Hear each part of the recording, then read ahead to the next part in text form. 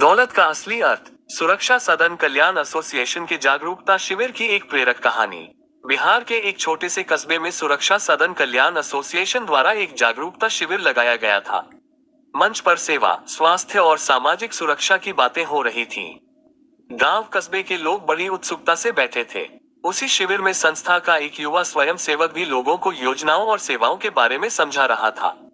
वह सादे कपड़ों में था, चेहरे पर मुस्कान और आंखों में ईमानदारी की चमक। भीड़ में खड़ा एक व्यक्ति, जो संस्था का विरोधी माना जाता था, व्यंग्य करते हुए बोला, अरे भाई, दिन भर समाज सेवा करते हो, इसमें तुम्हें मिलता क्या है? न बड़ी तनख्वाह, न कोई दौलत। आखिर क्यों इतना समय बर्बाद करते हो?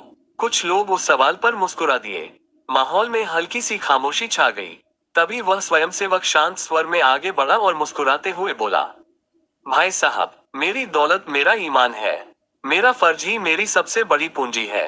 मेरी शक्ति, मेरा सर्वस्व, मेरा ईमान और मेरा कर्तव्य है। जिस समाज सेवी संस्था के लिए मैं समर्पित होकर काम करता हूँ, लोगों की मदद करना ही मेरे लिए सबसे बड़ा धर्म है। और वही मेरी असली कमाई भी है। भीड़ में सन्नाटा छा गया। स्वयंसेवक ने आगे कहा, दौलत सिर्फ पैसे से नहीं मापी जाती। अगर किसी गरीब की मदद करने से उसके चेहरे पर मुस्कान आ जाए, अगर किसी बीमार को इलाज का सहारा मिल जाए, अगर किसी परिवार को सुरक्षा का भरोसा मिल जाए, तो समझिए हमने दुनिया की सबसे बड़ी दौलत कमा ली। अब वही व्यक्ति जो सवाल पूछ रहा था, चुप खड़ा था। लोगों की आंखों में सम्मान झलकने लगा।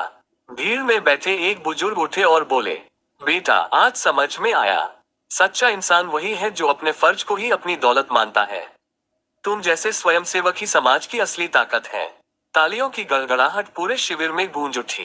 उस दिन लोगों ने केवल योजनाओं की जानकारी ही नहीं ली, बल्कि यह भी समझ लिया कि जिसके पास ईमान और कर्तव्य की पूंजी होती है, उसे कोई भी विरोधी कभी गरीब साबित नहीं कर सकता।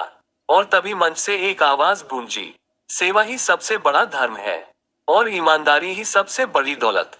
उस दिन कई लोगों ने आगे बढ़कर संस्था से जुड़ने का संकल्प लिया, क्योंकि उन्हें समझ आ गया था कि जहां ईमान और सेवा साथ हो, वहीं से समाज में असली बदलाव की शुरुआत होती है।